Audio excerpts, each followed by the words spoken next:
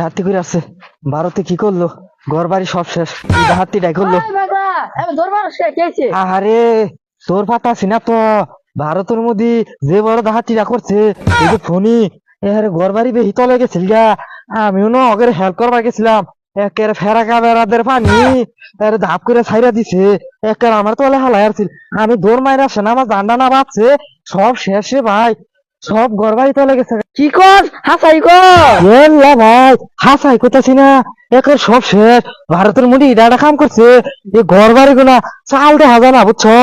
সেনাবাহিনীরা helicopter দিয়া খাদ্য বাড়াইতেছে, শুকনা খাবার গুনা যে খালি হেলিকপ্টারতে ফালাইতেছে।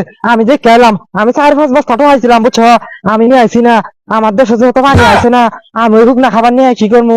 পরে আইতে বেলা দেখলাম 4-5টা মানুষ বাইরে ভাই এহারে ভিজা এবারে কাঁপতাছে। পরে ওকে দেয়া পড়ছি, তুমি না থাও, তোমার কথা হলো না, আমার সময় নাই, এলাকাবাসীর শিগগির খবর দে।